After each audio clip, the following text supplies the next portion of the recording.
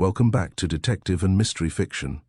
Join us on a journey through the pages of old, dusty detective pulp magazines. Before we begin, I invite you to pause for a moment and share in the comments where in the world you're listening from, and what time of day it is for you. The Cross by Ximado, by J. des Ormeaux.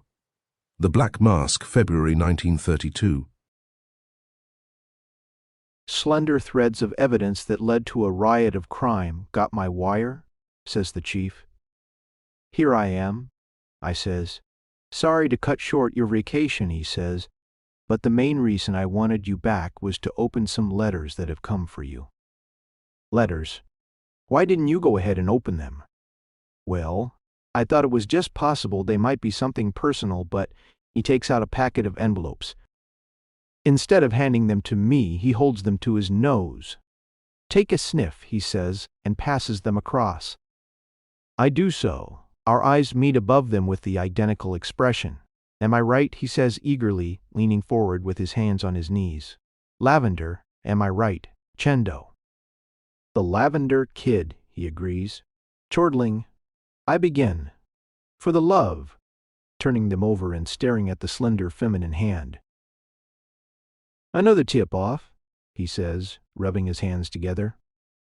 Hurry up, McGuire, open 'em up. The last time it was Tony Abruzio with 2 truckloads of real mums. Who is it this time? Who is it? I arrange them in the order of the postmark, dating.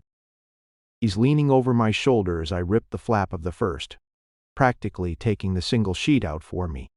On it is one word, Mattix. He says. Now who or what the hell is Mattix? He turns it over and over as I open the second. We read together, San Pedro. Getting better, says he. That's Los Angeles Harbor, where they're postmarked. I rip the third and last. Began a single word, Ximado. All 3 are in the same delicate, twisting handwriting as the address. The chief arranges them on the desk in a neat row. He sits down, shoving his hat back. Not so specific as the other tip, he says.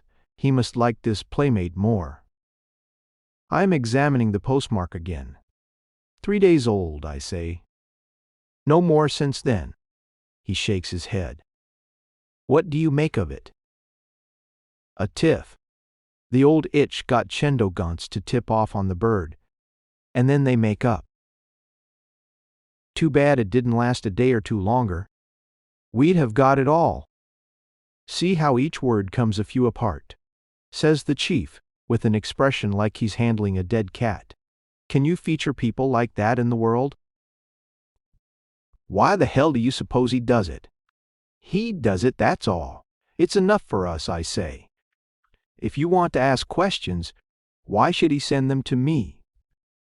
You were the one got him that time coming across dressed as a girl. But there were 2 of us. Gresham found the coke. The chief shrugs. He must have remembered your name. What do you make of this Z.I.? Z.I. He looks again at the letter. I shake my head as we both study it. Mattix sounds like a name, I say, and San Pedro's a place, he says. Ximado sounds like a city in Mexico. Got an Los Angeles telephone directory? I ask. He looks vaguely around, shaking his head. I'll call the exchange operator. He bites at his thumb. Damned if I'll turn this over to French. We'll sneak it out from under his nose. You be getting your stuff together. You are going up to Los Angeles, me, and on just 3 words. Sure, you. This Chendo's stuff, when he spills it, has always been good. This time he started to tell something and stopped. It's up to you to pick up one of those 3 leads and unravel the rest. By the time I get back, my bag being still unpacked, he's finished phoning. Got it, he says. Not under Mattix, under Ximado. 144 Covarrubias Street. No first name, just Ximado. I write it down. Okay, I am on my way. Wait a minute, he says at the door. Work alone. Don't call those other babies in unless you have to. They're always getting all the gravy for our stuff. Let's see. Who's that bird up there at the Enforcement Bureau? Carstairs. He snaps his fingers. Carruthers. That's it. He's all right. He's got an office you can use. I'll give him a ring before you get there. I wait long enough to drop my bag at a hotel and stop in and shake hands with Carruthers before going out to Pedro. The town has the same fishy smell and is as full of bright sunshine and seagulls as it was the last time I was out there. The fleet's coming this morning, and the streets are wandering with gobs. Covarrubias Street is a grimy lane winding out from the main drag over towards the inner harbor, ending up finally at a slough full of oily water near a bunch of Union oil tanks. Sitting on the edge of the slough is 14-4, a narrow house looking out of 4 windows at the backs of a lot of signboards that face the high road to Los Angeles. Although there is a lot of activity around, it's pretty isolated. The tanks come in behind, and back of them some orange funnels and masts stick out of the harbor. Canond, up it's the seedy relic of what was once a pretty nice house. Looks as though it had been moved there. Lot of ornamentation over the windows, from which the paint is curling. Across the front is a long stein, Ximado, Egyptian palmist, and below, a little to one side, astrologer I passed by once. Stop to light a pill, look back as if making up my mind, throw away the match, and come back to it. I push open a squeaky gate, cross a yard littered with old papers, and come up on the front porch. Over the bell is a little sign saying, "Walk in." Nothing could be better. I do, coming into a narrow, grimy room like a reception room, empty except for a wooden settee with no cushions in it. I sit here for a second, staring at a dead rubber plant whose leaves are covered with dust. No one appears. It suddenly occurs to me that the house has the sound of a place completely empty. To make sure, I step out and ring the bell. It buzzes all over the place without raising even an echo. This is my play. I step over to the door leading from the reception room, reaching for my keys. It's an ordinary inside lock. A 10-cent passkey's good. I come into a somewhat larger room with a hanging card having the signs of the zodiac on it, a table before it, a glass ball on prongs, a skull, a pentagon painted on the floor, the usual palmist layout. Beyond the curtain is where the professor listens, in another table, this time with a half-eaten bowl of Chilean beans dusted with ashes and a snipe stuck in the middle of it. In back is the kitchen, pretty clean. Before I go any farther, I take a pint from my pocket and plant it in back of the cupboard under the sink. One bedroom is pretty much of a mesh shoe on the bed. Blankets full of whiskers where they've fallen on the floor. In the closet are a couple of robes with capitalistic symbols, no business lately. The other bedroom is neat. Bed made, silver-backed brush on the dresser. Layout of cosmetics, atomizer that squirts lavender. This would be Chendo. I am not wasting time on personal effects. I am going over the groundwork, stamping on the floors, tapping walls. I do the whole place carefully and thoroughly, and don't find a thing. As soon as I am satisfied of that, I come out to the front again, lock the door behind me, and sit down in the reception room to wait. If I had an idea of what I was, after I could get along a lot faster. Cheap dive. Looks like little stuff, but Chendo never tipped us on one bottle monkeys. Is it hooch or dope? I don't like this walk-in, and leaving all the doors open. Whoever the professor is, he doesn't live here permanently. There is too much scarcity of clothes. I've buried the second snipe beside the rubber plant when somebody comes up the walk. It's the professor, that's obvious. Spade beard, yellow mug, a wad of hair crushed under a phony hat. He's got a loaf of bread under his arm and stops to spit at the bottom of the porch. Instead of coming in the front, he goes around the back. I hear him open the back door and make a few noises in the kitchen. I realize he hasn't seen me from the front by the way he keeps passing back and forth there without coming forward. After a little, I hear a noise that makes me tilt my ears. It's a groan from the professor, a long groan, as though he feels something pretty bad. At the end, he cusses a few times. After a minute or two, he does it again. Then I hear the whir of a dial phone. The professor clears his throat. "Pacific long distance," he says in a peculiar, rasping voice. "Oh wait, then, Altadena, 292. I am putting this in my mind. Altadena is up beyond the city in the foothills." "Hello?" he says after a while. "Me again." "Yeah, you better make it sooner. There is some talking at the other end." "Me drive," he says. "It's too much of a risk." After a moment he says in an irascible tone, "Sooner," I said. "Tonight." He listens again. "When?" "No, I'll be out till midnight." "Say 1. "Yeah, 1 o'clock. Right here. Right here." He hangs up. If I could get out now, I would, but I can't. I slump down with my chin on my chest and my eyes shut as I hear his feet in the dining room. He comes no farther for a few minutes, but then he must have smelled the cigarette smoke. He walks forward and unlocks the door. I know he's looking at me around the edge, though I can't see him. Then his feet go back. There is a little wait. I am trying to figure what would look suspicious about somebody asleep in his reception room and can't find anything. Is he putting on the astrologic robe? I hear him moving around in the bedroom. After a bit, he isn't moving anymore. It's quiet, except for occasional small sounds like he picks something up and puts it down again. This is not so good. If he's suspicious, he ought to get out by the back door. If not, he ought to come in and wake me up. You can't figure a guy that calmly lets you be. My left arm falls asleep.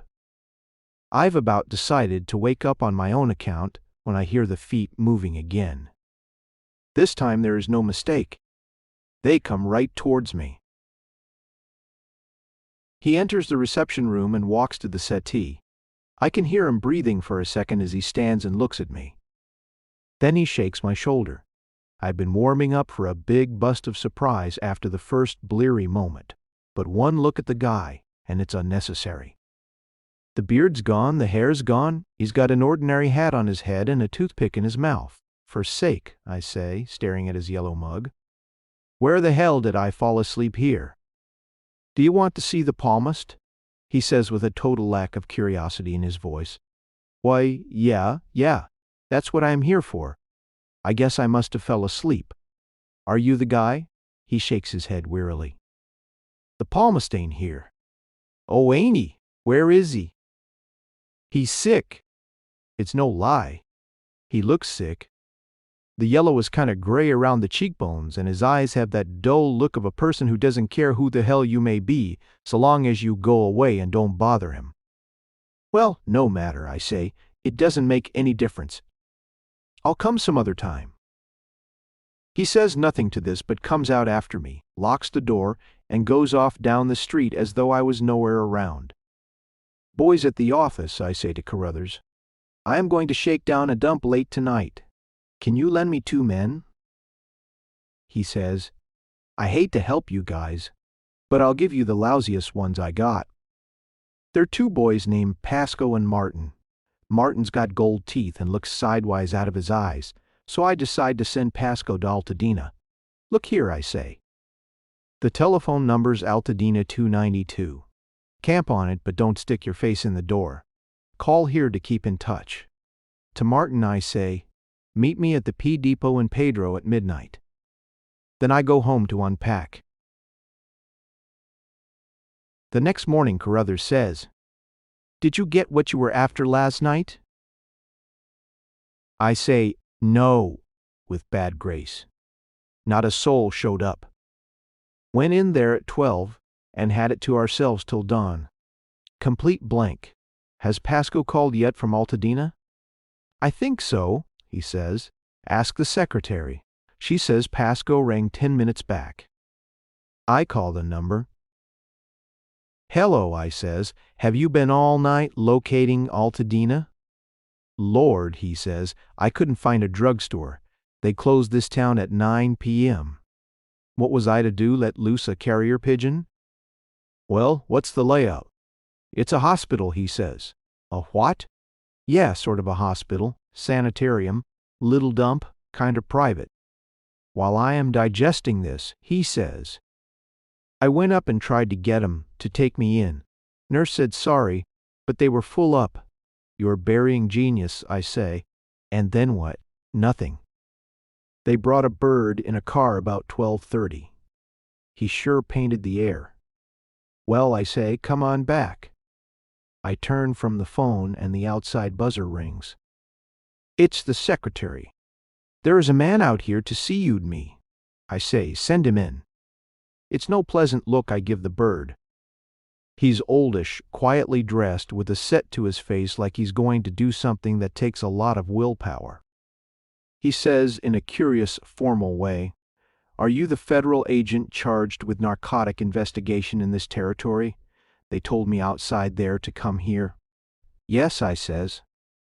"Or I'll do." I look at him again and say, "Sit down."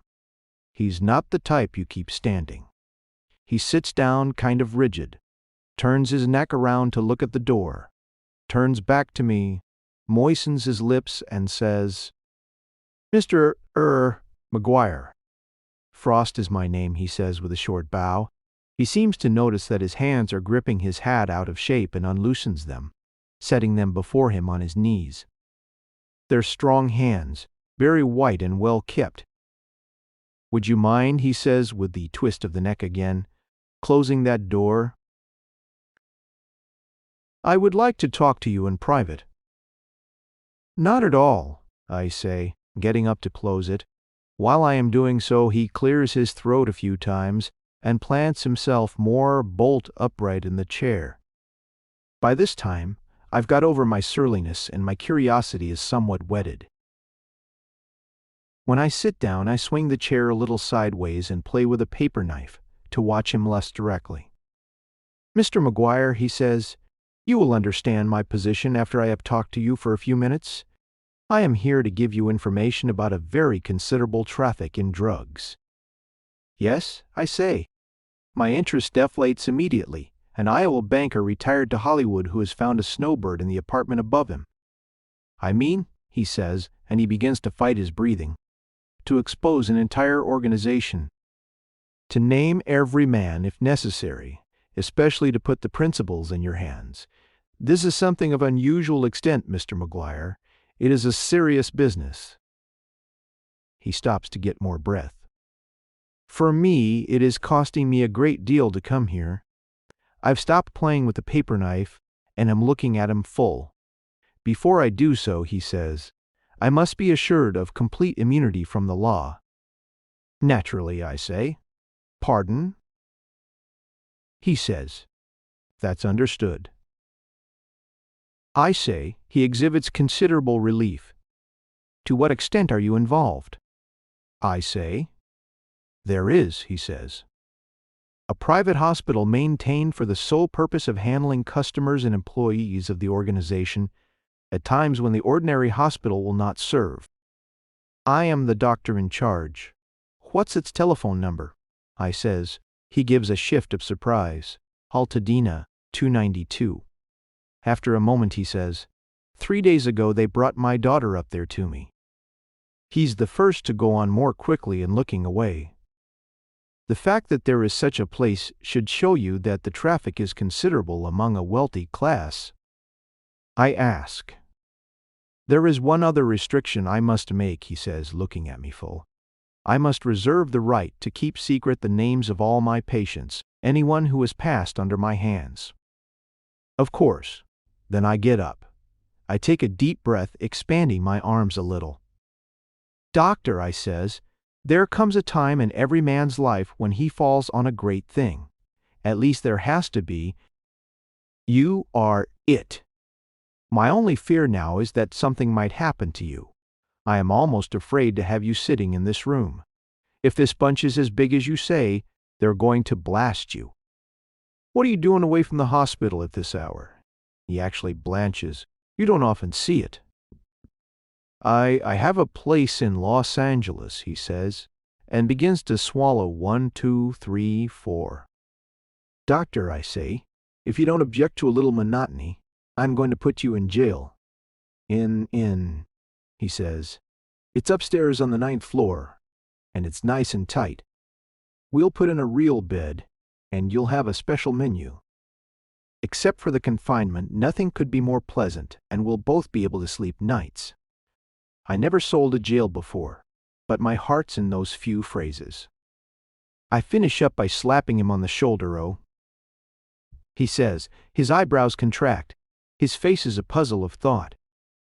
I am watching close and anxious for it to clear favorable. Man, I says, I can't let you out on the street. You don't understand, he says. I am thinking of my patients. A doctor can't just clear out like anybody else. I'm not quarreling with the idea. I am trying to think if it can be arranged, while he thinks I light a pill and give him my best moral support. Finally, he says, perhaps if I could do a lot of phoning. In private. In strict private. I hand him the instrument. I'll go out. Just rap on the door when you want me back. He nods. As I reach the door, he's thumbing a little notebook. I talk to the secretary in her office for 10 minutes. After 15, I get impatient and put my head in the connecting door to take it out quick if all's well. My head stays there. The doctor's gone. I run in fast and stand there looking around like someone who's run head on into a piano. I jump for the corridor net to the elevator. There is 6. The shine who drops me down hasn't seen him. On the street floor, there is a dozen people. He's none. I skid out to the sidewalk and run around in little circles like a wild man. Then I am back to the elevators. The third boy remembers him because he kept crowding so close to the front he nearly got hooked on the floors. That was 15 minutes back. At 11 o'clock, I close the directory with a snap and say to Martin, that's all the Frosts in Los Angeles. Rem County. Going collect paste. We're going to Altadena. He goes out but stops with the door half closed and says to someone in the corridor, in here? What? Who? He cocks his ear forward, taking off his hat. No, not me, he says. The guy's right in there now. He steps back a little, and a woman comes in. She's somewhat in the shadow. I see a pale face and 2 panicky black eyes. Yes, miss, I say, getting up. She seems to be in some difficulty with her voice. She puts one hand in a nervous way to her throat and says, oh, and stops. Did you want to see me? I ask. No, Again there is that movement of her hand. It was about my father. About your father. What about him? I just wanted to ask what you've done with him. I stare. What's this? Who is your father? Dr. Fuchs. Doctor. I grab for a pad. Spell that, will you? To me it spells Frost, my recent visitor. She does so. Moistening her lips and getting paler and paler, I run around and pull out a chair. See here, sister, I say, I am not going to bite you. I've nothing but love for your family. Come over here and sit down. We're going to have a nice long talk. She comes over as gingerly as a cat. To relieve her nervousness, I step over to the window and fiddle with the shade. As soon as she's seated, I release the cord in the shade, plies up to the top. She jumps like I'd shot at her. I am sorry, miss, I say, coming over and sitting down.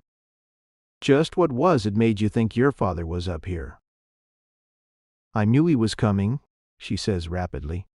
He told me so. He left me on the way uptown. That was 2 hours ago, and he hasn't come back. He was going to meet you? I ask. Yes, she says with a quick motion of her head. I lean thoughtfully across the desk for a package of cigarettes on the other side. In the middle of my reach, I shift and get her by the chin.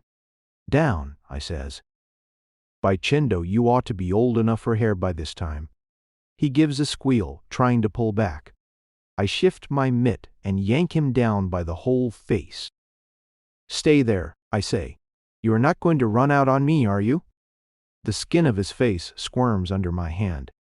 I hold him until I've finished my reach for the cigarettes and then shove him back in the chair. You should think you'd know better, I say, than to try something like that on me. He comes up blubbering and throwing his head quick around towards the door. His whole body's keyed for the jump. I say, don't try it. If I have to pull you down again, I'll blot you. Oh, Mr. McGuire, he bleats in a piping voice. I didn't want to do it. I swear it. He throws out two delicate hands to me. Please let me go, Mr. McGuire. I didn't want to. I didn't know it was you. The sweat is running the makeup down in streaks. The pupils of his eyes are dilated in two big, soft black rings. Too bad, I say. Back to Ione for you, Chendo. This time it'll be until your majority. He begins to move his head from side to side, beating his hands on the desk. I haven't got anything on me. I am not trying to do a thing. Look at the big wires I've been giving you, Mr. McGuire. Yeah, I say, and you are going to give me another. He makes a sort of convulsion of sincerity. I'll tell you everything I know. All right. I light the pill. Who sent you up here? Two big guys up in Hollywood. Who are they? Their names Kinsella and Vane. You ain't got a prior on them, they're clean. What's their stuff? They got a big dope racket. What were you supposed to find out? What you've done with Fuchs. Why, oi? They want that baby. How did they know he came here? He shrugs. Must have had somebody on him. Who is Fuchs? I say, he gives a twist of his neck. Don't you know that, Mr. McGuire? What I know is one thing I am asking you. He's the hop rest up in Altadena. He runs it. His daughter up there. He gives me a funny mixed look. A kind of an attempt at a smile. That was a fast one, Mr. McGuire, he says. Huh, I says. Why, one, he says. There ain't no daughter, there couldn't be. He gives a kind of sickly laugh. What does he want to give away the rest for? He looks at me sort of full and vacant. I don't know a thing about that. Come to the end of your knowledge. He leans forward over the desk and his piping voice is trembling.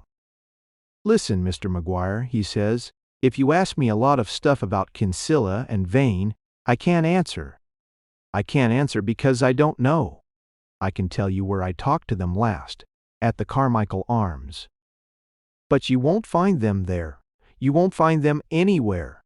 And if you did, you wouldn't have anything on them. They keep themselves clean. See? There's only two guys can give you the whole layout. You got one, you think I know the whole inside, but I swear I don't. I just know the edges. He stops to moisten his lips, his eyes on mine. Well, that's tough, I say, because then you can't tell me enough to make it worth my while to let you go, and I'll have to turn you over to the city. Oh, he bleats in desperation. You got Fuchs. What do you want to pump me for? Why, you know, I say, that Fuchs isn't on the up and up. Well, but one, he says, what he tells you is. What he tells me isn't enough. It's enough to get the big boys, he says, almost crying, for sake. What else do you want? Do you want to pull in a lot of punks? That's all there is. Aye, you can do that any day. Listen, Mr. McGuire, for sake, what good will it do you to stick me back in the can? I can do you some good if I'm out. Well, do me some good. I come in. For sake, you haven't done me any yet. He stops and begins to lick his lips. Will you let me fly if I tip you the end I know? What is the end, you know? He says, if I show you 100 pounds of dope in Pedro, I come up straight on the chair. You'll show me 100 pounds of dope in Pedro? He nods, saying wildly. The receiving end. It's all the piece I know. I wouldn't mind tipping you on the whole gang if I could. Do you think I love them, Almighty? Do you think Kinsilla and Vane have sent me up here if I actually knew anything? All right. I cut him down. Give us your story. You'll let me go if I do. If you show me 100 pounds of dope in Pedro, I got your word. You'll let me go on the sidewalk in Pedro after I show you? Tell me. All right. All I know is two things. One's free, see? A bank was mixed up in the racket and it burned last night. You probably know that already. The Seaward Bank of Pedro, that's where the monkeys got their payoff. The other's about the receiving end where the crude stuff comes in.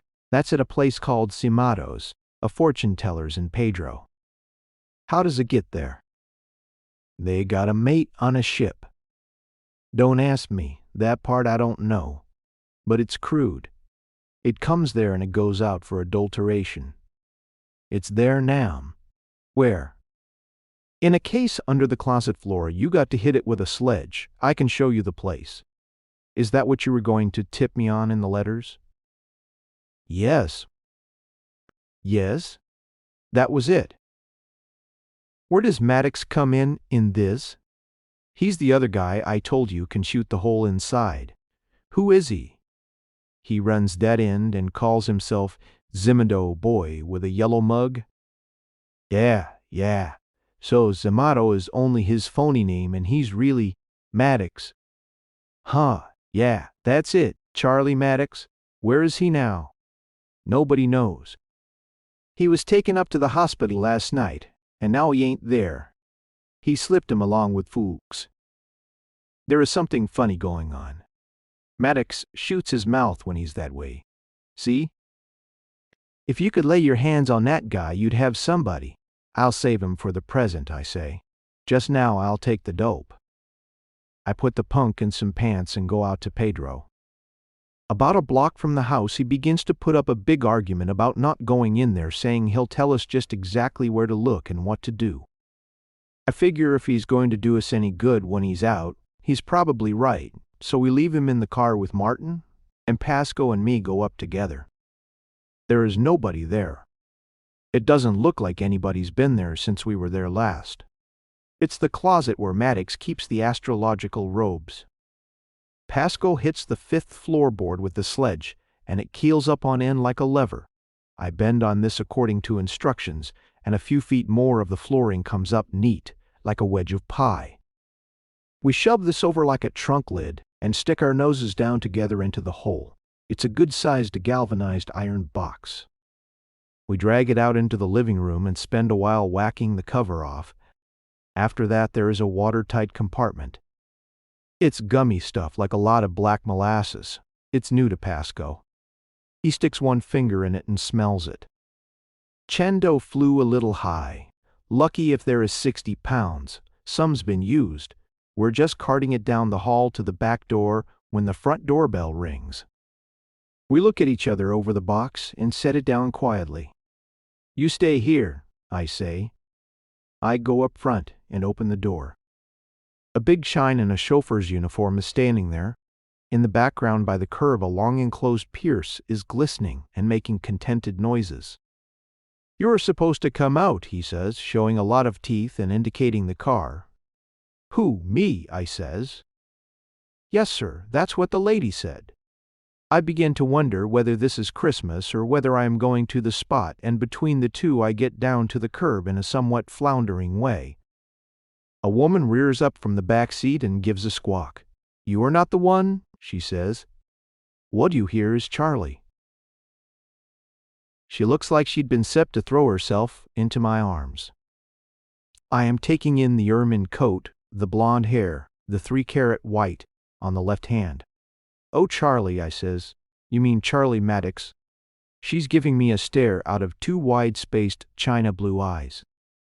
Say, who are you? She says. She's got a queer, heavy, husky voice. Oh, me, I says, blinking fast. I am his cousin, the stare continues. I begin to realize I've never looked into a dumber countenance. It's the eyes, mostly, the way they're spaced and the color. Is he here? She asks. No, he's sick, I say. Can I do something for you? Ain't they brought him back yet? She says. That ain't make something click. For all the furs and jewelry there is the hallmark of a harbor mall, here someplace. I expect him any time, I say. Where can I have him reach you? The same place, she says. 224 16th Street. Oak. I say, wave my hand, and the Pierce rolls off. Coming back with Pasco and the box to the car. I say to Chendo, who's the dame with the big blue eyes and the tuberculosis scar on her neck? Oh, her, he says. Some broad Mattix been playing around with? She's nothing. Do I go now? I sign to Martin to open the door. He scrambles out on the street side like somebody was going to grab him from behind. Then he turns around quick and sticks an agitated face back at me. It's working like a puddle in rain. I've been saving something for you, he pipes shrilly. Something I know that even Kinsella and Vane don't. I know where Mattix will be tonight. I hate that one, see? He's a 1200 Runnymede place. At 9. Then he streaks off through a vacant lot for all his feet will do. Back at the office I locate 1200 Runnymede Place as being listed too in Jacob Folks. This is good. The two may be running together. I have the girl ring it, but no one answers. After some difficulty, she gets in touch with the flat below, where they say no one has been around since late last night. They're very obliging and offer to ring us if they hear anyone come in. That's fine. I tell the girl to call me if they do and go off to the couch in Carruthers's office to snatch a little of the sleep I lost last night. Pasco and Martin aren't so lucky. They've been yanked for heavy duty with the county. When I get up, it's dark, about 7. I mean to be early. The girl has nothing to report. I grab a little quick lunch and take a cab out to the Wilshire district. A few blocks from the address, I dismiss it. 1200 Runnymede is a nice place. Quiet and well kept. Set back from the street, behind a couple of big palms. The letterbox has a neat card. Jacob Folks, Maryland. This end of the racket is respectable. There is no light in the corresponding flat, at least from the street side. As a matter of form, I touch the bell. To my surprise, the buzzer answers at once. My jump, for the door is 3/4 pure shock. I come up the cushioned stairs on a fast run. I turn the corner of the landing and the door to the flat is opening. Inward, with no one showing. I slow to a walk and come to it. I look into a lighted living room. A bird I've never seen before is sitting at a table, shuffling a deck of cards. He looks up pleasantly and says, "Come here." I step across the threshold and my hand begins to slide inside my coat. "There is no need of that," says the bird at the table. "We're all friends here." My eyes swerve to the one behind the door as he shoves it shut with his foot. He's a big one with a .45 in his fist. My own is a little late. The big one grins out of 2 little hard green eyes like marbles. He grins because he likes it. "Sure, we're all friends here," he says. I can hear the one at the table still shuffling his cards. "Don't forget me, McGuire," he says. "Let's put 'em all away," says the big one. I realize the kid has put one over. The big boy is still grinning as he pockets the .45. There is few who could, without busting something on this boy. It don't even make a ripple. "Come over and sit down," says the one at the table. "Don't be so unsociable, McGuire. We've been waiting a long time for you to come." "Hell, I am not unsociable," I say, coming over to the table. "You got the advantage of me, that's all." "Which is Kinsella?" "I want to get the names straight, so Folks has been spouting," says the shorter one, lifting his eyebrows. Well, well, maybe we got to you just in time. What else did he tell you? Say, listen. I say, I don't know exactly what you've got me here for, but it probably wasn't to pass the night asking foolish questions. Let's get to it. I don't think you want to shove me out. Of course, you may have somebody standing behind the window drapes and this is just your way of leading up to it. But if so, let me tell you for your good and mine, that you are wasting energy. There is 3 or 4 boys back at the office primed on the whole business. What I know, they know. Oh, shuh, says the shorter one. We don't care what you know. Huh. I say, no, of course not. No, says he. You think we care what folks told you? Not a bit. If you'd come to us, we'd have told you the whole story. Better than he could, wouldn't we? Vain? Sure, says the big one with a laugh. Make 100 arrests, says the other. We'd be glad to see it. This racket is over. I say, what? Staring into his lazy black eyes. He holds me for a second half mockingly. A bank bust yesterday, he says. The C word of Pedro. When it did, we did. Luckily it burned before the examiners got to it. We're pulling out. He flops one leg over the other and looks at me almost quizzically. Yes, well, I see. That's all, he says. Then what do you want with me? He slaps the knee that's up. We want Fuchs. What for? Vane, on the other side of the table, growls and shifts position. Kinsella looks at him and then looks back at me. He reaches in his coat and takes out a long, flat wallet. Let's not be all night, he says. He takes out a $1,000 bill and, holding it between 2 fingers, this asks where Fawkes is. Well, boys, I say, not to waste your time and mine. I don't know where he is. Kinsella looks faintly pained. He takes out 4 more and spreads them with the other like a hand of cards. Cut it short, he says. This is the top. Where is he? I look at him and say, I told you I don't know. Vane comes in with a new look on his big mug. Lay off the stalling, he says, letting down the front feet of his chair with a crack. We had him tailed to your office. He didn't come back. You are stuffed with the whole inside of this. Now you are trying to tell us you don't know where he is. I admit, I say, I am getting kind of tired repeating it. Kinsella lifts his lip for a laugh.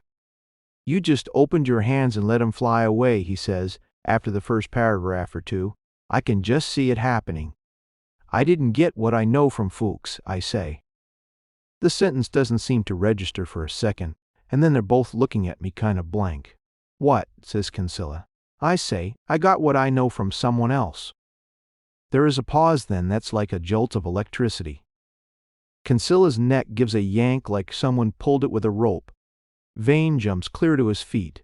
Mattix, he bellows. You got Mattix, says Kinsella. For a moment they just keep there, staring at me like I am a fabulous jewel.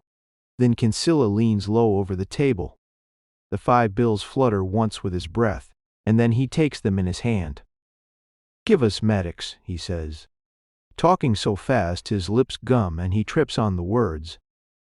We only wanted Fuchs because he had Mattix. Give us Mattix. We double the offer, $10,000. I suppose it's because they're so riveted on me that what happens then could happen. The door from the back opens, and Fuchs comes in the room. He's got on a hat and light overcoat, and he stands there moving his head from one side to the other in little jerks. His sleeves to the elbows are covered with blood. His shirt is daubed with it, and there are splatters of it on his face. He's fumbling in his coat pocket to take out a gun. I look at him and I don't seem to be able to lift my tongue. The guy is off his bean. The expression on my face, as much as the sound behind them, makes the 2 whirl. For an instant they stand perfectly still. Bain's chair falls over. Fawkes begins to say something. and at the third word his voice goes up in a scream. He fires point blank into the middle of us. The jump the three of us make is absolutely wild. The gun in Folk's hand is bucking and belching and throwing his hand back. He's simply spraying the room. I don't know whether I am hit or what I am doing. Vane hits the side of the wall like a shorthorn bull. The lights go off. There's a second punctuated by flashes in which Falk's voice is screaming, "Do it, Mattix, I'll kill." And then a horrible screaming curse and the sound of running feet, Falk's beating it. With that, I jumped for that end of the room, swinging my gun butt down. I hit a chair, somebody else bumps into me. I take a cut at him, and he nosedives out of my hands. I realize the next instant I am alone in the room. The trouble is, I don't know the lay of the apartment. Feet are stumbling down the back stairs, and I plunge that way blindly. It's 2 minutes before I get through to the kitchen. There my hand hits the light switch, and I snap it on. It's empty. The door gapes upon a dark porch. I dive through it and down the steps. Feet are going down a ways below me. More feet are clattering across the concrete court. It's pitch dark. I slide to a stop at the landing and hop over the rail, dropping from arm's length. I hit the pavement about the time the guy ahead comes out at the bottom. I don't know who it is. It may be Kinsella. I dive at him and miss. Being completely off balance, he swings around in a half circle sidewise, cursing and spitting, and streaks for the alley. I hear gears meshing somewhere back there and run for all I am worth. The car is just hauling up the alley with somebody on the running board as I come out. I take one pot and get two back. It swings around the corner. By the time I get there, there is nothing but a roar in the air, and one pedestrian going for all he's worth in the opposite direction. The next thing in the morning I get a call from Chendo.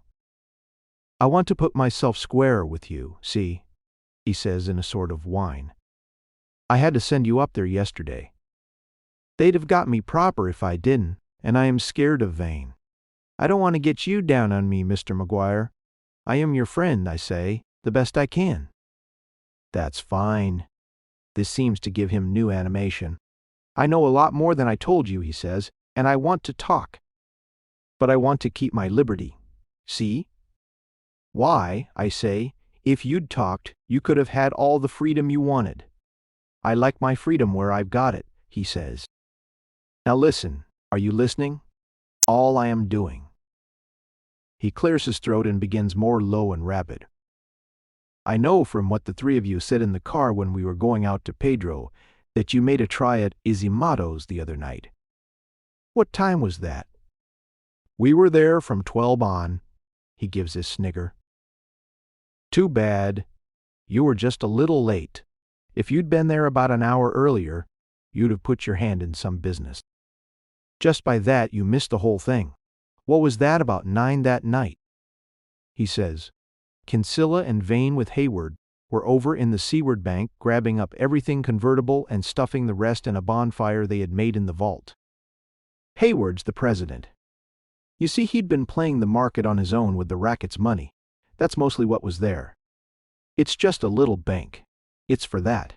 The Wall Street bust got him. The other two didn't know until he came sweating words they had to clear. The bank was going to crack wide open. The records would be out. Do you see?" "I see," I say. "So they burned it." "No," he says, "that was an accident. They only meant to burn the records. But they had to hop quick once it started, and they threw the last of the records into the big brown bag, with the rest of the haul, for fear they wouldn't get burned. Do you get me? Not quite. They thought the fire might be only partial. They were going to make sure of the records in private. Then they took the bag over to the depot and checked it while they did some other business. What must have been pretty pressing. It was. They took Hayward out to the top of Point Furman, and he walked over the edge in the dark. Oh yes, body was dragged up this morning. A good goat. A dead goat. Then they came back to the depot for the bag, and the bag was gone, Gone. Gone? Not there. That's what all the fuss is about. Do you see now? I see, I say. What was in the bag? What they'd hauled out in cash and bonds. I don't know what it comes to. Make them hustle like that. It must be something big. And the records, so that nailed the run out. I say, cold, he says. But they're turning the town over to find it, and the moment they do, they'll be gone so fast there'll just be a blur in the air. All right, I say, talk fast. How did they pin it to Mattix? Pure accident, he says. One of the guys who ran him up to the hospital said he kept yelping about a bag. Mattix's house is only about 6 blocks from the depot. They couldn't put it together, but they jumped to Altadena for Mattix. He stops and laughs. Well, I say, they found the hospital pretty upset, he says. Mattix had been brought there all right, raving worse than usual. Only about 2 o'clock in the morning he busted out of the ward and is gone. I don't get this, I say. Why, he says, Fuchs ran him out. When Mattix gets that way, he shoots everything. Fuchs just sat alongside his bed until he picked it all up and then took him and stuck him somewhere. But Fuchs came back to the hospital, I say. Sure, he says. That's why they didn't suspect him at first, but when he hopped out in the morning for the Hall of Justice, then they knew. He was going to shoot the works, figuring you'd glue Kinsella and Vane long enough for him to screw the bag out of Mattix and get clear. But something's happened, I say. Yeah, he says. Something's happened. Just get the night checker at the depot in Pedro, that's all. Listen, Lib's at 26,034 Valley Boulevard. You got that? You got that? Yes, use it. I hear the click of the receiver. I got a hunch the kid is going to shoot some more, I say to Pasco. It's a mania with him. I'm going to have the head operator trace any more calls that come in. I do so while Pasco's getting his car off the county lot. He's the only one I can get. Seems like he'd rather do most anything than his own work. I'd like 3 or 4 after my last experience with an address from the kid. We made time out to the east end of the city. The address is a long way out. If this is the night checker, it's a long way from Pedro, says Pasco. Nearer Pedro. We have a wild time locating the place, running back and forth over 5 or 6 miles of road, where the houses are few and full of Jap truck gardeners' families. Finally, we get to what most nearly corresponds to it and finds it's a scrubby-looking orange grove. Oh, groans Pasco, all this for this. No, I say. There's a house on it back there. Don't you see it? Oh, that, he says, that's a dog kennel. But he gets out after me and heads towards it with his nose in front. You take the back, I say. It's larger, on nearer view. 3 or 4 rooms, but low to the ground. I look it over while Pasco is detouring. Nobody around the front door seems to be open an inch or two. I cross to it from an angle, heaping the crack away from me, and yank the door wide. There is nothing but the noise of Pasco coming through the back. The living room is full of dust, with a lot of sodden blackish footprints on the rug. It's a sellout, comes Pasco's voice. Somebody was here but went. Then he stops all at once, and hollers, My God! I jump into the hall and see him standing at the other end. I give an ejaculation and try to jump out again. Between us is a pool of blood that stretches the length of the hall. It's discolored, drying at the edges, shining in the middle like black lacquer, wandering through the crevices into adjacent rooms. Take the bedroom, I say. I'll take the ones on this side. I've just swung into the bathroom when Pasco yips. I come across as fast as my feet can pick places. Pasco is standing in the bedroom, holding up one end of a sheet from the floor. Underneath is a man. He would be on his back, only his hands are bound behind him and twist him on his side. Lying across his face is a big wad of adhesive plaster which has been ripped from his mouth and is still attached to one cheek. The skin is pale, so pale it looks almost transparent. His feet are bound. There is no sign of a struggle. Little blood is around the body. Just one wide smear from the direction of the hall. Pascal reaches down and lifts back the adhesive tape. He jumps at my whistle. "God," he says. "I'd know that mug anywhere. It's Mattix." Pascal says something, but I don't hear it. "Good Lord," I say. "This is Folk's hideout." I am having a vivid picture of Folks standing with his sleeves covered with blood in the middle of his living room floor. "Say, where are the wounds?" says Pascal. "I don't see a mark on him." We bend closer to examine. The skin seems unbroken except for some minor cuts around the hands. Nothing to account for what's in the hall. "Is there anyone else around?" says Pascal. We go through the other rooms but find nothing.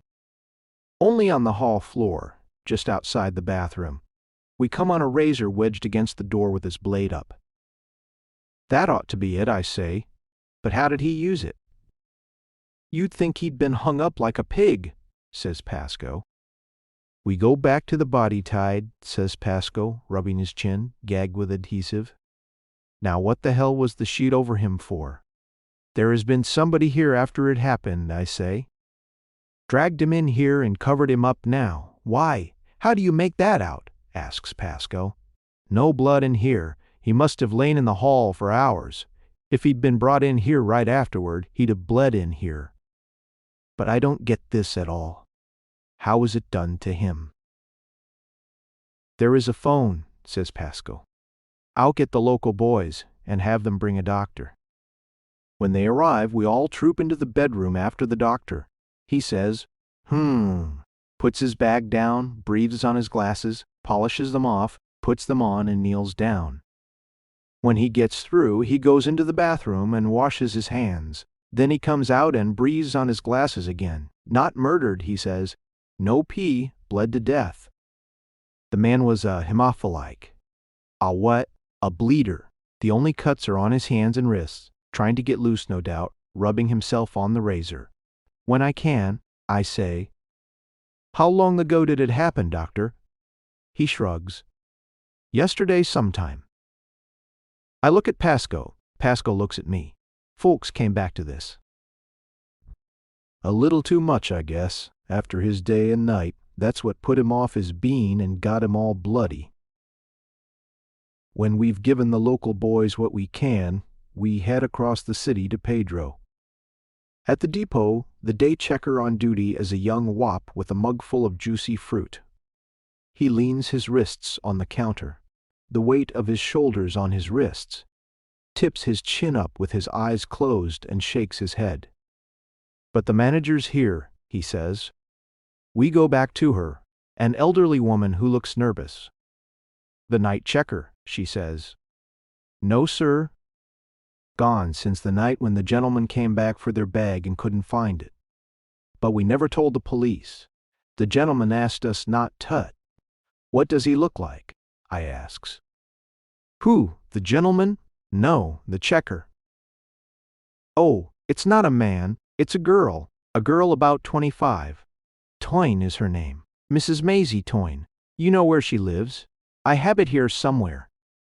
She rummages around. After a while she comes up and pushes the hair out of her face. 224 16th Street. I screw up my face. "Now that sounds familiar." She looks at me like I am about to produce the girl out of my mouth. Then she rescues her hanging lip and says, "A blonde girl. She's got funny blue eyes, and she's got a big scar here across the bottom of her neck." I reach at Pascal. "That was the dame I talked to outside Ximado's, and that's the address she gave me." "Huh."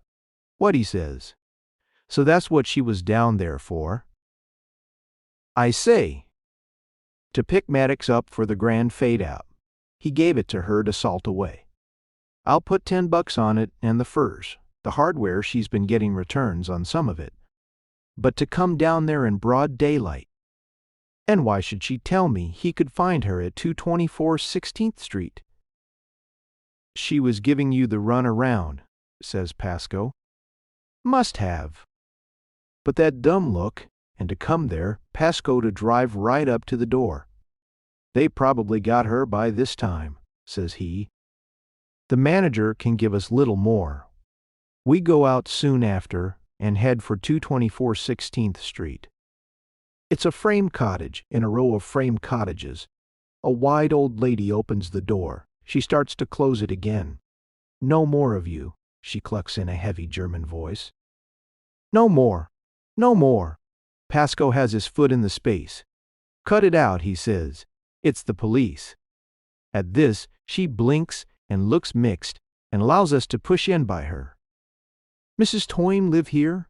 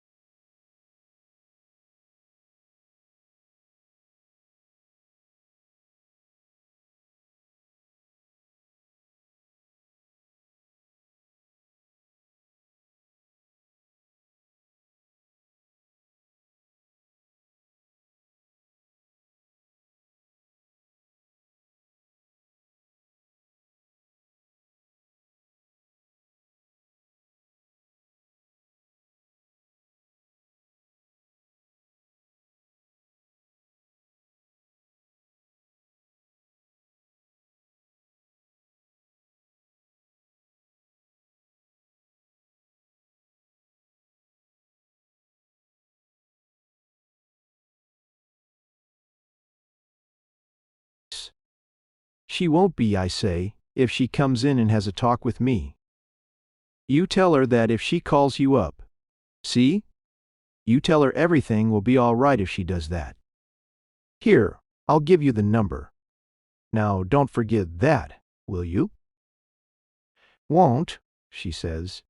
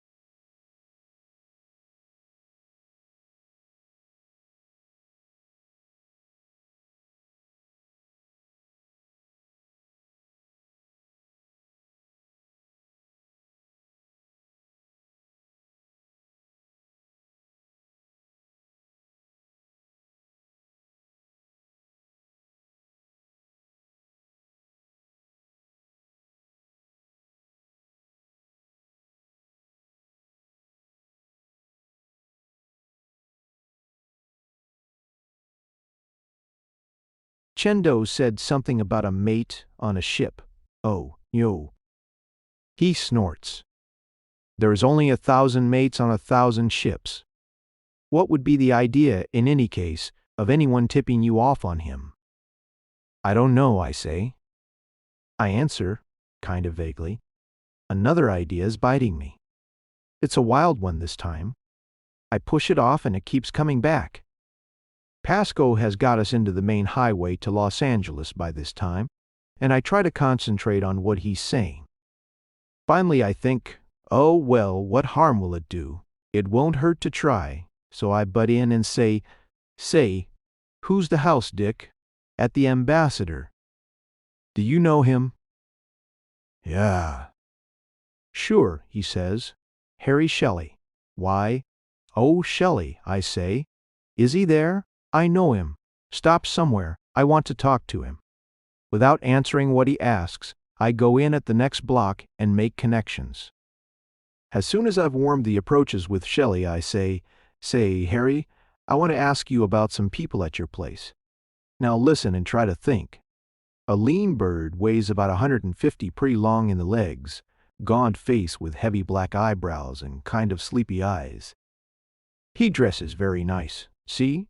Soft grays, shoulders padded pretty much to bring him out.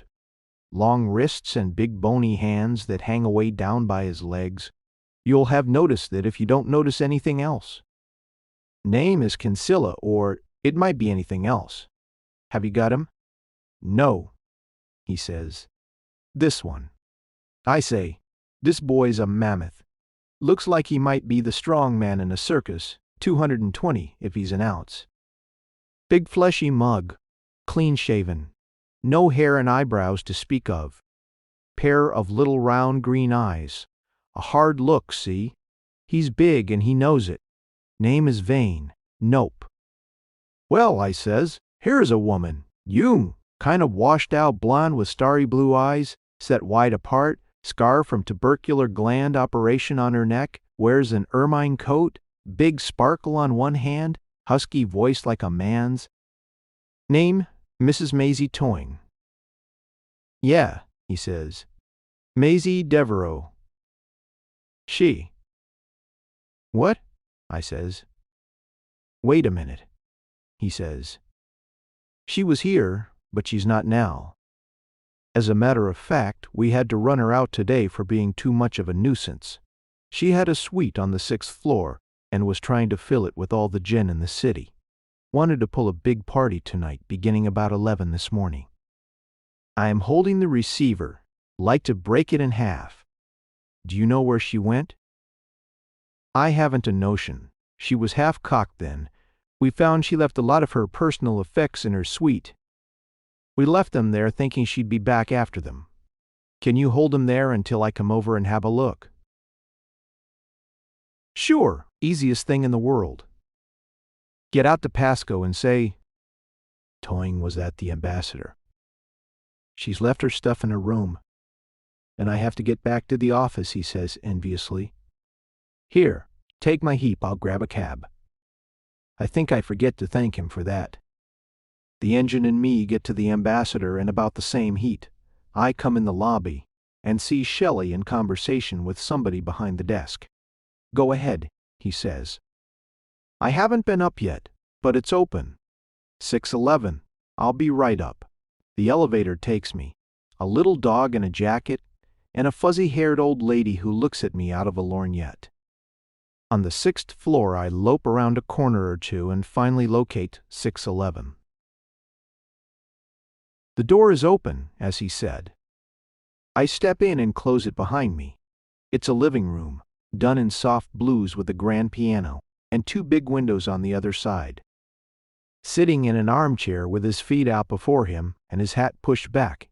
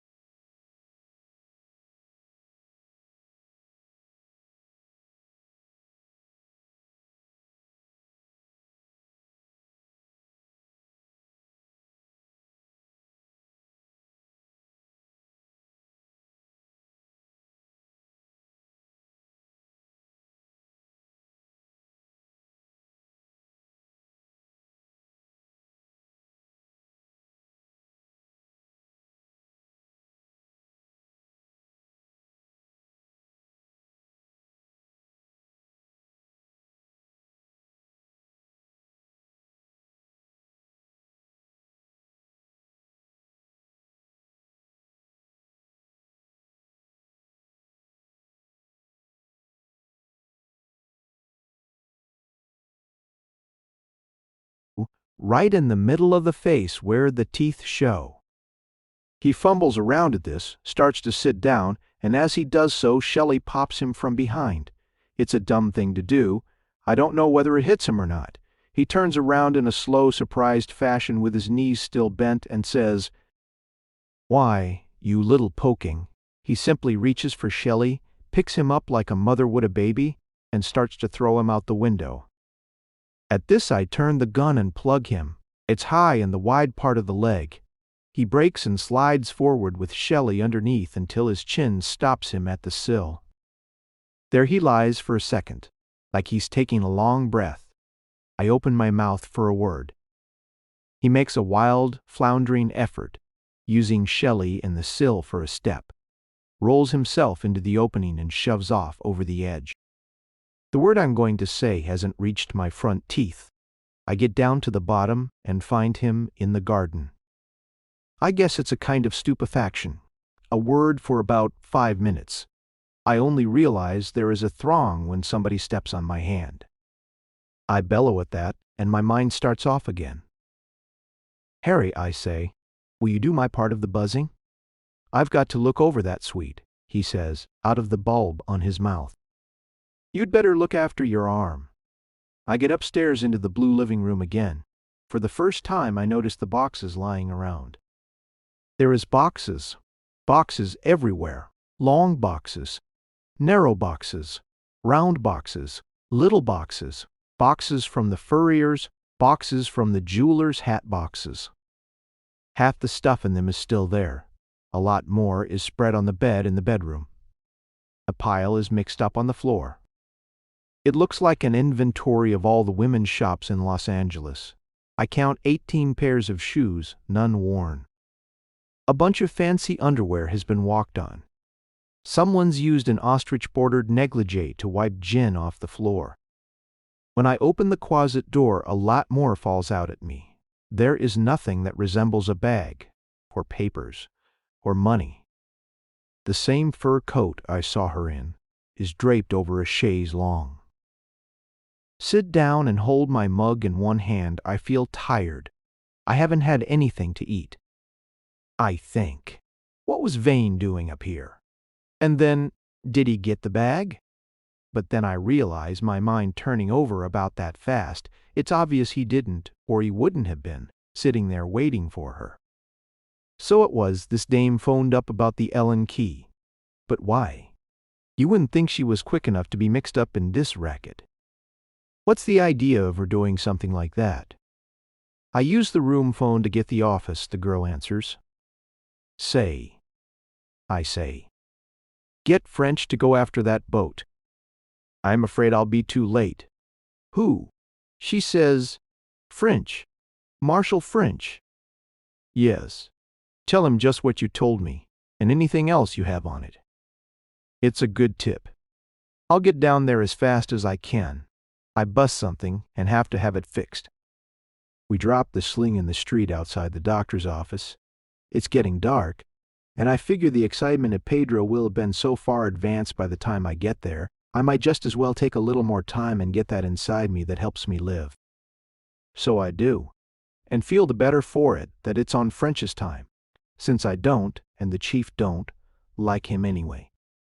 Afterwards, the cab driver does it to Pedro in 50 minutes, which is very good from that part of the city. Going through the eddy of people at the entrance to the docks, I meet French and 2 of his deputies. Coming out, French says, "Thanks for the fine thing you were giving us." I stop. "What's the matter?" I says. "Isn't the boat there?" "Yeah. It's there," he says between his side teeth. "Right over there." He hooks his head. "Behind that couple of banana boats and tankers." Berth 47. "Didn't it have the stuff?" "Possibly," he says. "Big hole in the wall of the mate's cabin. Have you got the mate?" "No." He shifts his cigar around. "He probably went through the hole." "Well, forsake." I say, he says, "After this you might get your calls in a bit sooner." He starts to move off. I say, "You found out who the guy is, did you?" Yeah, he says. We got an address on the island. We're moving for him now. Name of Toyne. Name of Toyne. I say. They stop and look at me. What's the matter? Says French. Come on with me, I says. I'll give you a shortcut. French and one deputy start for the cottage on 16th Street, while Keefe, the other deputy, heads with me for Ximado's. A block from the place I can see there is a light in one window. Keefe, I say, you are going in the back with your gun in your hand, do you see? And if anyone starts to break, no matter who it is, you are giving what you carry. Okay, he says, light-hearted. We split a distance from the side, and I make the front fence and get over. From here it's plain the light is in the kitchen. I get as quiet as I can to the porch and find the front door open. I swing it gently and a bar of light meets me. Coming down the hall from the kitchen, no sound. I step in and walk down the hall to the other end. A man is sitting at the kitchen table with his mouth open for a forkful of ham and eggs.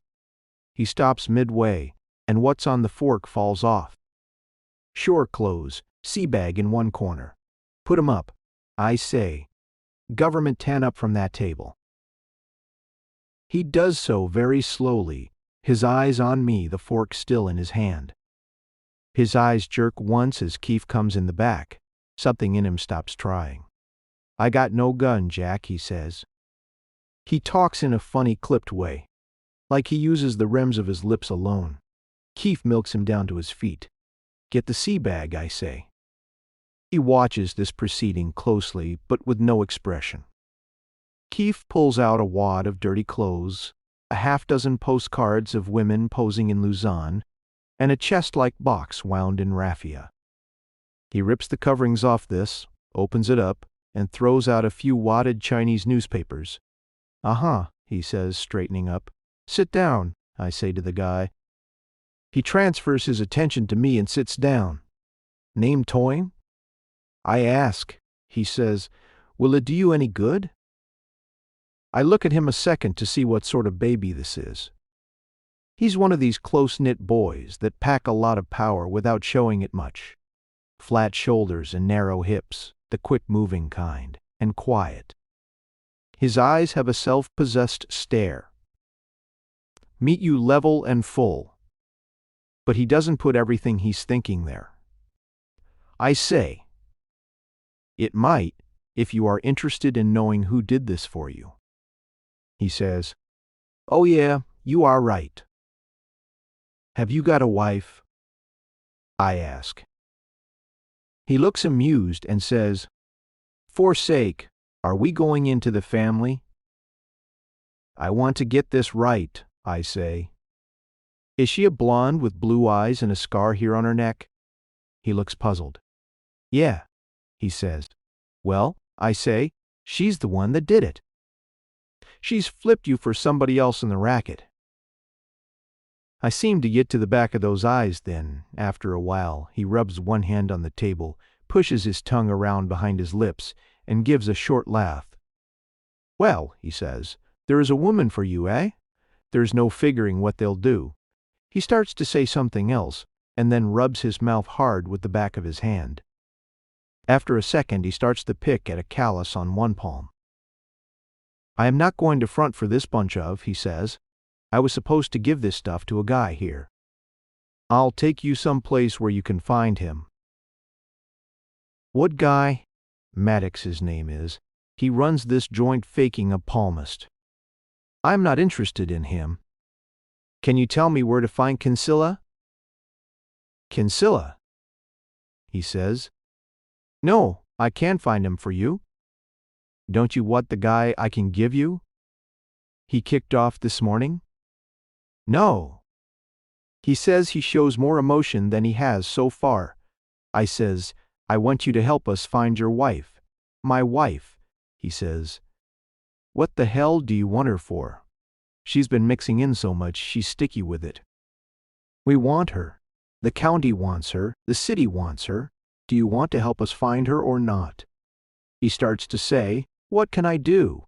And then says, Have you been over to the house? She's not been there a week. Where would she be if she was throwing a big party?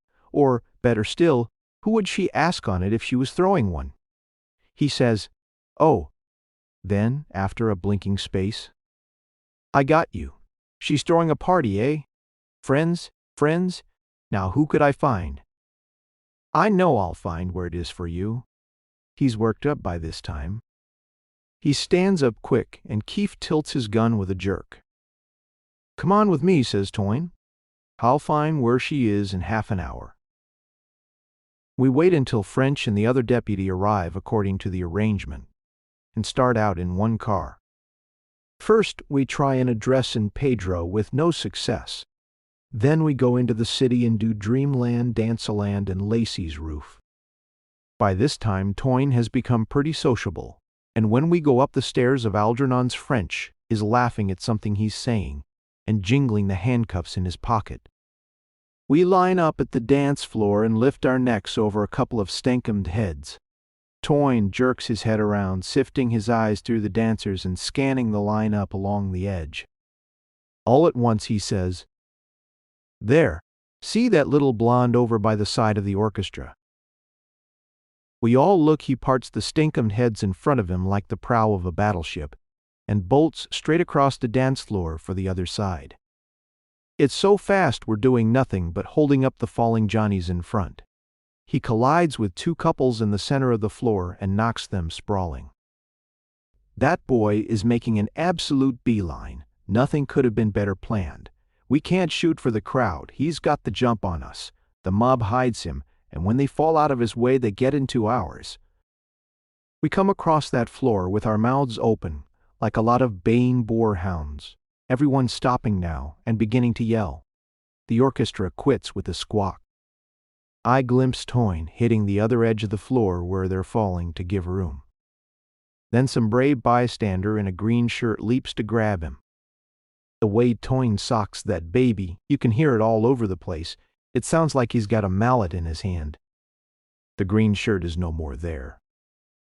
Toyne dives into the arch of the lavatory and disappears. We get into the lavatory and the window's wide. We look out and see the drop is into a little courtyard with bushes and grass, 3 walls, but there is a gate in the 4th. The gate's swinging.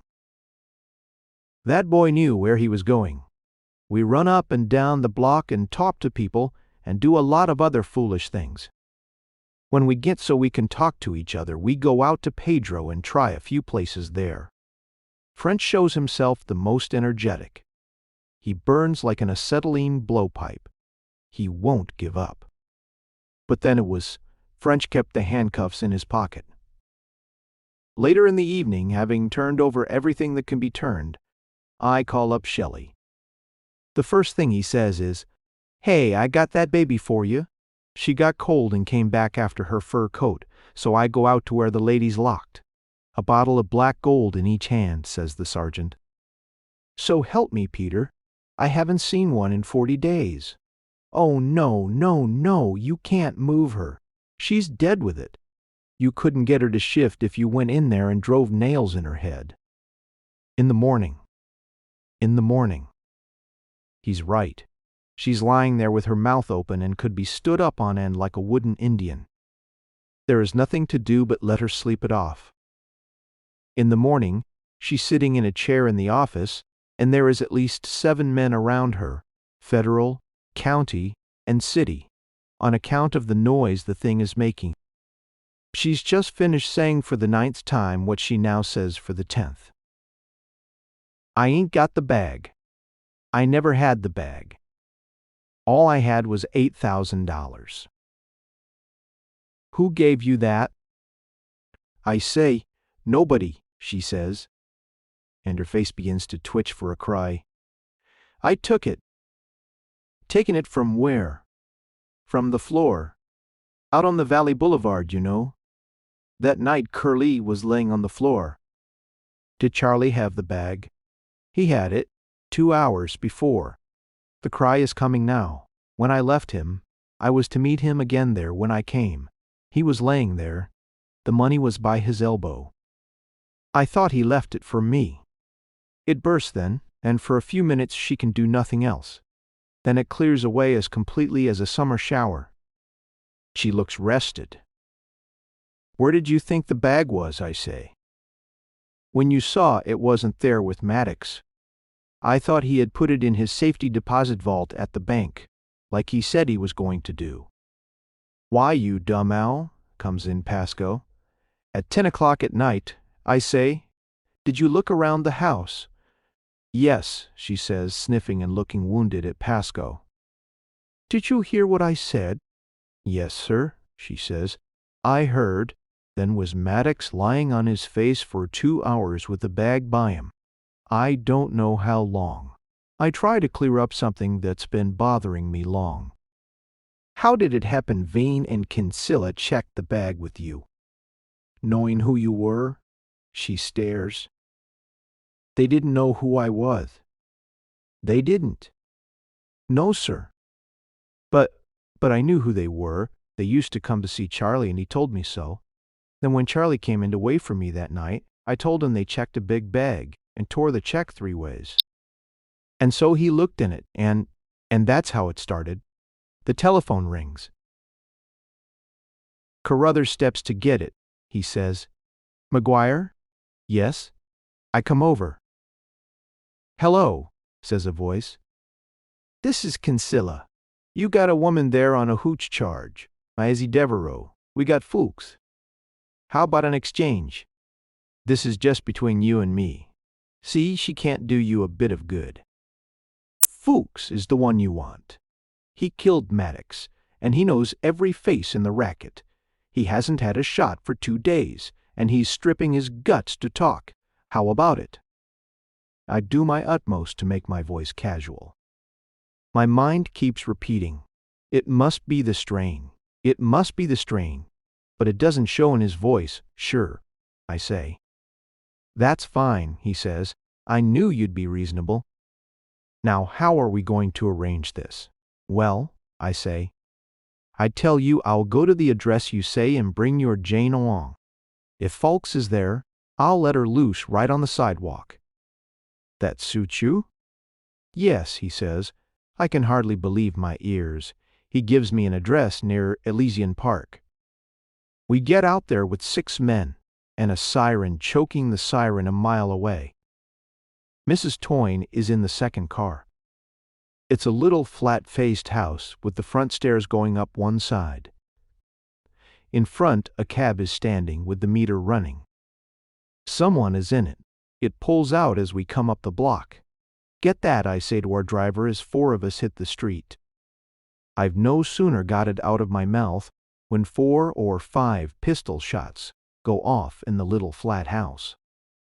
We come up to it, pumping legs. As we make the stair bottom, a foot is just starting out of the front door.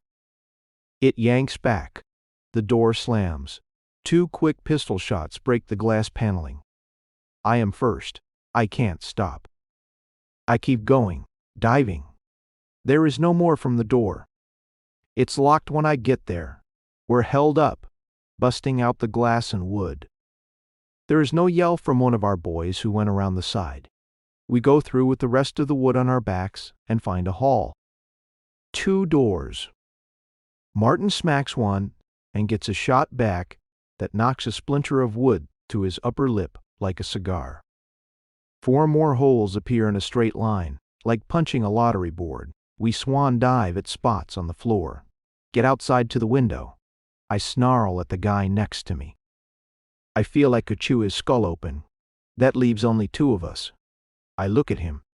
He's some bird I don't know. A pan-faced flatfoot. You, I say. Will you go through that door? He says, what? While his face is still open, he's coming up to his knees. We hit it together, rolled up like a couple of bighorns, heads down, backs arched. The door splits where the bullet holes are, and the inside leaves the frame. We sock the floor, that saves us. An automatic rips, wrecks, and ruins where we were. I try to shoot from my neck at a bird standing there and smash the window at the other side of the room. The guy winds up and heaves the automatic at me with all his strength. Lay off for sake, he yells. Can't you see I haven't got anything to shoot with? It's Toyne. He doesn't try to cover. He doesn't try to run. He stands there and looks peeved.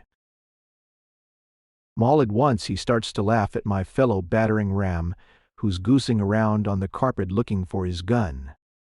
It seems to do Toyne good. He laughs and finally stops quite naturally.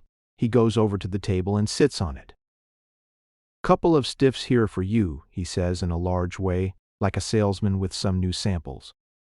The other one's under the sofa. The one I am looking at is Fuchs.